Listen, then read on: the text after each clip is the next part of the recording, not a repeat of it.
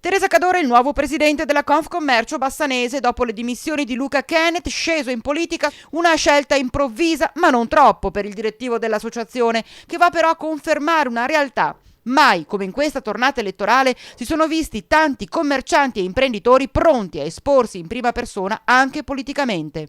Qui è proprio la gravità della situazione.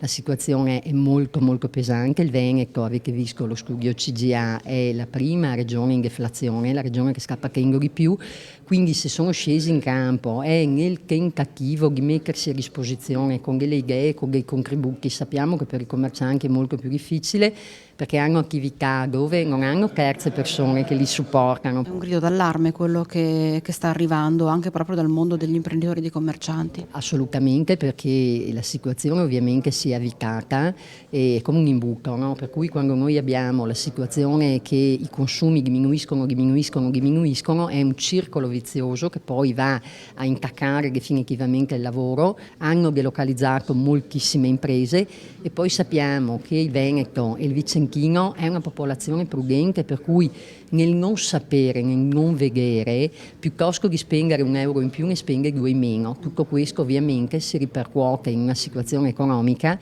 che sta continuamente andando indietro invece che andare avanti.